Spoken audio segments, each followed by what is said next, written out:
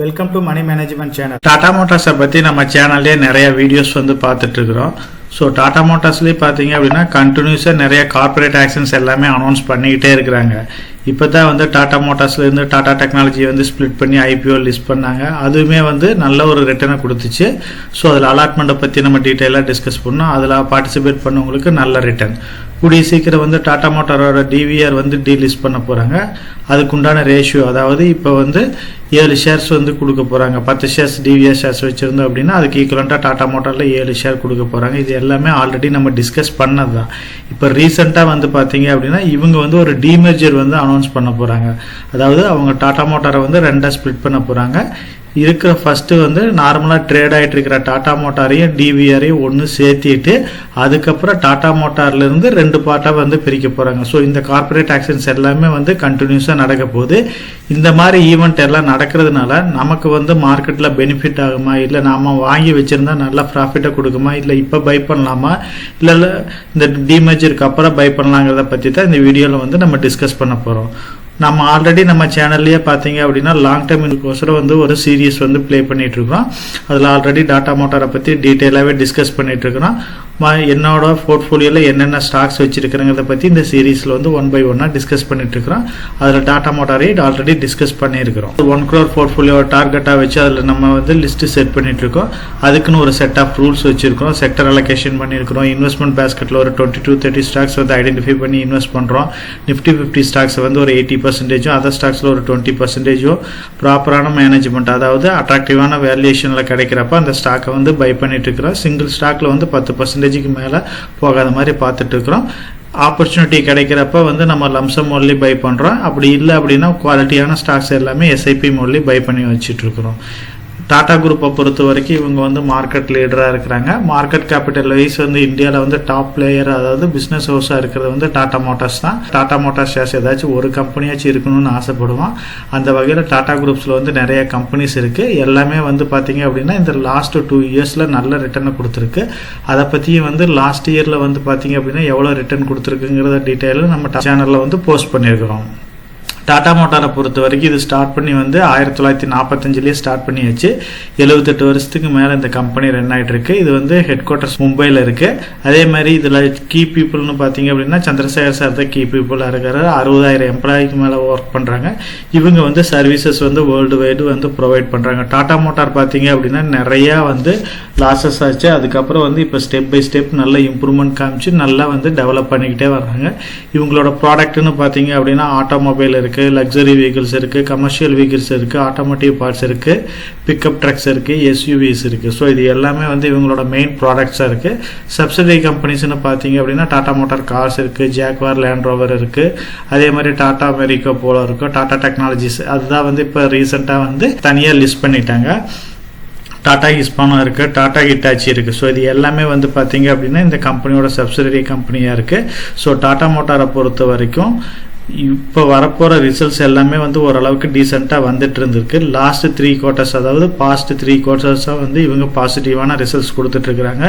இதுக்கு முன்னாடி பார்த்தீங்க அப்படின்னா இவங்க அந்த அளவுக்கு அட்ராக்டிவான ஒரு ரிசல்ட்ஸை கொடுக்கல, எல்லாம் நெகட்டிவ் ரிசல்ட்ஸ் தான் கொடுத்துருந்தாங்க. இப்போ எல்லாமே நல்ல இம்ப்ரூவ்மெண்ட் காமிச்சிட்டு இருக்காங்க. வேர்ல்டு மார்க்கெட்டை பொறுத்த வரைக்கும் இவங்களோட பிஸ்னஸ் நல்லா தான் இருக்குது. ஸோ டாலர் ரெவன்யூ ஜாஸ்தி வர்ற வரைக்கும் பிஸ்னஸாகவே இருக்குது. எலக்ட்ரிக் வெஹிக்கிளில் இப்போ இவங்க இந்தியன் மார்க்கெட்டில் லீடிங் பிளேயராக இருக்காங்க. இவங்களுக்கு இப்போதைக்கு காம்படிட்டர் கிடையாது. அதனால மார்க்கெட்டில் 60 to 70% இவங்க தான் மார்க்கெட் பிளேயராக இருக்கிறாங்க.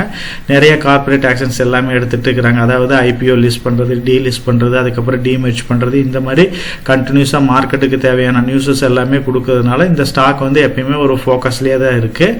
இந்த ஸ்டாக்கை பொறுத்த வரைக்கும் இது அதர் சப்போர்ட்டிங்ஸ்னு பார்த்தீங்க அப்படின்னா இவங்க குரூப்பில் இருக்கிற மெயின் கம்பெனிஸே சப்போர்ட்டிங் குரூப்ஸில் இருக்குது. Tata power, Tata finance, Tata chemicals, Tata LXI, insurance, TCS, இது எல்லாமே பார்த்தீங்க அப்படின்னா இதுக்கு மெயினாக சப்போர்ட் பண்ணுற கம்பெனியாக இருக்குது. ஸோ இவங்க இந்த கம்பெனி டெவலப் ஆகிறதுக்கு சப்போர்ட்டிங் கம்பெனி இவங்க குரூப்லேயே இருக்கிறது பெரிய ஒரு அட்வான்டேஜஸாக இருக்குது. டாடா பவரை பொறுத்த வரைக்கும் இவங்க பவர் ஸ்டேஷன் இந்த மாதிரி ஒர்க் எல்லாமே அவங்க கண்டினியூ பண்ணுறாங்க. அதனால நல்லா ஃபாஸ்ட்டாக இம்ப்ரூவ் ஆகிட்டு இருக்கு. ஃபினான்ஸை பொறுத்த வரைக்கும் இவங்க டாடா ஃபினான்ஸ் வந்து இவங்க ஃபினான்ஷியலாக எல்லா சப்போர்ட்டும் பண்ணுறாங்க. கெமிக்கலை பொறுத்த வரைக்கும் பேட்டரி பிஸ்னஸில் இவி மாடலுக்கு தேவையானது எல்லாமே கொண்டு வராங்க. எலக்ஸியை பொறுத்த வரைக்கும் இவங்க டெக்னாலஜி சப்போர்ட் கொடுக்குறாங்க. இன்சூரன்ஸ் கம்பெனி இவங்க ஆட்டோமொபைலுக்கு எல்லாமே வேண்டிய இன்சூரன்ஸ் எல்லாம் ப்ரொவைட் பண்ணுறாங்க. டிசிஎஸ் வந்து ஆன்லைன் சப்போர்ட் பண்ணுறாங்க. ஸோ டாடா மோட்டார்ஸை பொறுத்த வரைக்கும் அவங்களோட குரூப் கம்பெனியில் இருக்கிற கம்பெனிஸே வந்து நல்ல ஒரு சப்போர்ட் பண்ணுது. இப்போ இந்த கம்பெனியை பொறுத்த வரைக்கும் இதை இப்போ கன்சிடர் பண்ணலான்னு சொன்னது வந்து ஃபர்ஸ்டே ஆல்ரெடி நம்ம டிஸ்கஸ் பண்ணதா. டாடா டெக்னாலஜியில் வந்து ஷேர் ஹோல்டர் பேட்டர்னில் அப்ளை பண்ணலாம். அதனால இந்த ஸ்டாக்கை கன்சிடர் பண்ணுங்கன்னு ஒரு அட்ராக்டிவான வேல்யூஷன்லேயே நம்ம வந்து கன்சிடர் பண்ணோம். அதுவுமே வந்து டிவிஆரை கன்சிடர் பண்ண சொன்னோம். ஏன்னா அந்த மெர்ஜர் ஆர்பிட்ரேஜ் பெனிஃபிட் இருந்துச்சு.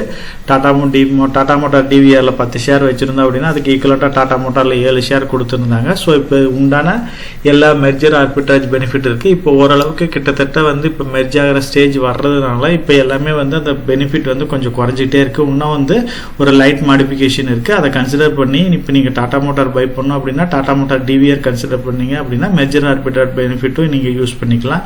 இப்போ வந்து இவங்க மெயினா பண்ண போகிறது இந்த டிமெர்ஜர். இந்த டிமெர்ஜர் வந்து எந்த அளவுக்கு இவங்களுக்கு சப்போர்ட் ஆகும்னு பார்த்தீங்க அப்படின்னா இவங்க வந்து மல்டி பிஸ்னஸை வந்து டாடா மோட்டாருக்கு கீழே ரன் பண்ணிட்டு இருக்கிறாங்க.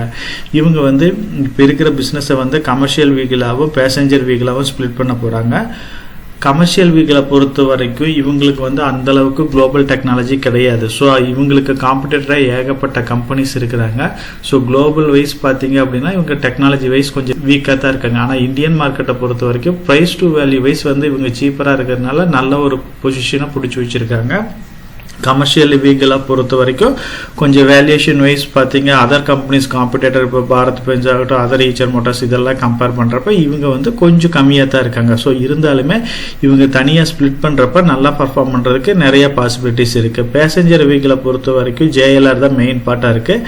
கிட்டத்தட்ட 80% பார்த்தீங்க அப்படின்னா JLRோட சேல்ஸை நம்பி தான் பேசஞ்சர் வெஹிக்கிள்ஸே இருக்குது. டொமஸ்டிக்கை பொறுத்த வரைக்கும் ஒரு 20% இருக்குது. ஸோ இது எல்லாமே பார்த்தீங்க அப்படின்னா EV செக்மெண்ட்டும் வந்து பார்த்தீங்கன்னா பேசஞ்சர் வெஹிக்கிள் வருது. EVயை பொறுத்த வரைக்கும் இவங்க வந்து இப்போ மோனோபோலி மாதிரி தான் இருக்காங்க. ஏன்னா இன்னும் கரெக்டான காம்படிட்டர் யாருமே வரல. இன்னும் 2-3 இயர்ஸ் ஆகுது அப்படின்னா இந்த கம்பெனிக்கு காம்படிட்டர்ஸ் வருவாங்க. ஸோ இந்த கம்பெனியை பொறுத்த வரைக்கும் நெகட்டிவ்னு பார்த்தீங்க அப்படின்னா கமர்ஷியல் வெஹிக்கிள் ஸ்பிளிட் பண்ணுறப்ப அந்த அளவுக்கு டெக்னாலஜி வேணும்.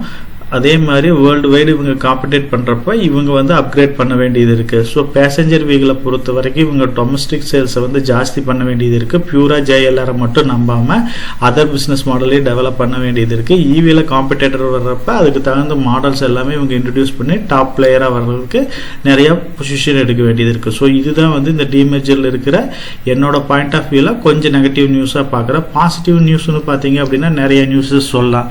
அதாவது இந்த டிமெர்ஜர் வந்து பார்த்தீங்க அப்படின்னா ஜென்ரலாக வந்து ஃபினான்ஷியல் இன்ஜினியரிங்னு சொல்லலாம். அதாவது கார்பரேட் ஆக்சன்ஸ். இந்த கார்பரேட் ஆக்சன்ஸ் எல்லாமே இப்போ போனஸ் ஆகட்டும் ஸ்பிளிட் ஆகட்டும் இது எல்லாமே வந்து ஒரு நியூஸால் வந்து பார்த்தீங்க அப்படின்னா அந்த ஸ்டாக் வந்து நல்ல ஒரு ரேலியை கொடுக்கும். இப்போ வந்து பார்த்தீங்க அப்படின்னா டாடா மோட்டார்ஸில் இந்த மாதிரி மல்டி பிஸ்னஸ் இருக்கிறதுனால மல்டிபிள் கார்பரேட் ஆக்ஷன்ஸ் எடுக்கிறாங்க. இப்போ வந்து இவங்களோட பிஸ்னஸ் மாடலை வந்து 2ஆக ஸ்பிளிட் பண்ண போகிறாங்க. அதாவது கமர்ஷியல் பேசஞ்சர்.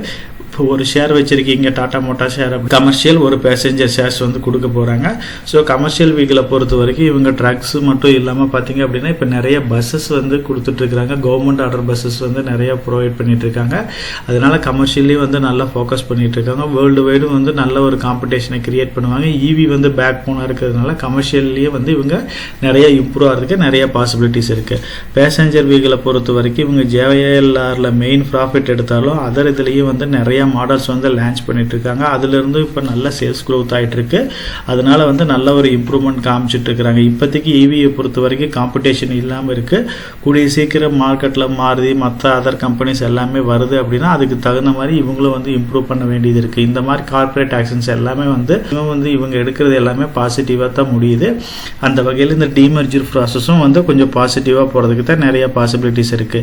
இந்த டிமெர்ஜர் ப்ராசஸ் வந்து கம்ப்ளீட் ஆகிறதுக்கு 12 மாதத்துலேருந்து 5 மாதம் வரைக்கும் டைம் எடுத்துக்கும்னு அனௌன்ஸ் பண்ணியிருக்கிறாங்க. இப்போ நம்ம இந்த கம்பெனியை பொறுத்த வரைக்கும் அதர் கம்பெனிஸோட கம்பேர் பண்ணால் பிஇ ரேஷியோ பிரகாரம் பார்த்தீங்க அப்படின்னா டாடா மோட்டார் தான் வந்து ஓரளவுக்கு அட்ராக்டிவான வேல்யூஷனில் இருக்குது.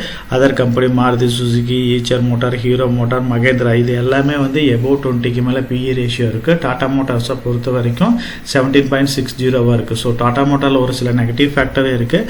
கடன் வந்து பார்த்தீங்க அப்படின்னா இது 2.38 வந்து டெப்ட் ஈக்விட்டி ரேஷியோ இருக்குது. வந்து இது வந்து ஒரு பெரிய மைனஸாக தான் பார்க்கணும். ஏன்னா இந்த ஸ்டாக் வந்து இந்த அளவுக்கு லோ பிரைஸில் ட்ரேட் ஆகிறதுக்கு இந்த கம்பெனியோட கடன் தான் மெயின் காரணம். இப்போ கடன் எல்லாமே குறைச்சிட்டு இருக்காங்க. இன்னும் 4 to 5 இயர்ஸில் வந்து இந்த கடன் எல்லாம் குறைச்சிடுவோம் அப்படின்னு மேனேஜ்மெண்ட் டிக்ளரேஷன் கொடுத்துருக்காங்க. ஸோ டாடா மோட்டார் ஒரு ட்ரஸ்டான குரூப். அதை நம்பி வந்து நம்ம வந்து லாங் டேர்ம் பாயிண்ட் ஆஃப் வியூவில் இந்த ஸ்டாக்கை வந்து கன்சிடர் பண்ணலாம். இப்போ லாஸ்ட் 2-3 டேஸாக வந்து டாடா மோட்டார் ஷேர் வந்து கொஞ்சம் ஃபால் ஆகிட்டு இருக்கு.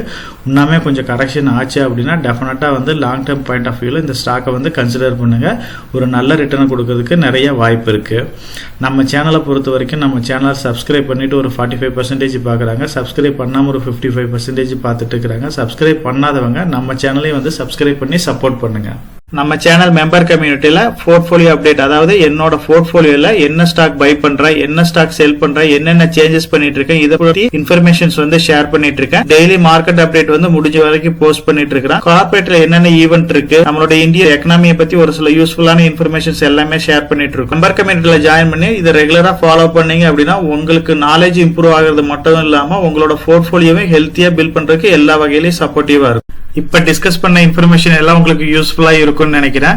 இந்த வீடியோ உங்களுக்கு யூஸ்ஃபுல்லா இருந்துச்சு அப்படின்னா நம்ம சேனலை வந்து சப்ஸ்கிரைப் பண்ணுங்க, நம்ம வீடியோவை லைக் பண்ணுங்க, ஷேர் பண்ணுங்க. கமெண்ட் செக்ஷன் ஓப்பன்ல தான் இருக்கு.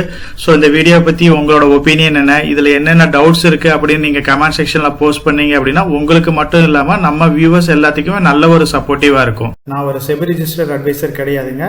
நம்ம சேனலில் போடுற வீடியோக்கள் எல்லாமே வந்து பார்த்தீங்கன்னா எஜுகேஷனல் ஆர் இன்ஃபர்மேஷன் பர்பஸ்க்கோசரம் போஸ்ட் பண்ணுற வீடியோக்கள் தாங்க. இன்வெஸ்ட்மெண்ட்னா கண்டிப்பாக ரிஸ்க் இருக்கும். அதனால நீங்கள் உங்கள் ஃபினான்ஷியல் அட்வைசர்கிட்ட டிஸ்கஸ் பண்ணியோ இல்லை நீங்களா ஓன் டிசிஷன் எடுத்தோ இன்வெஸ்ட் பண்ணுங்கள்.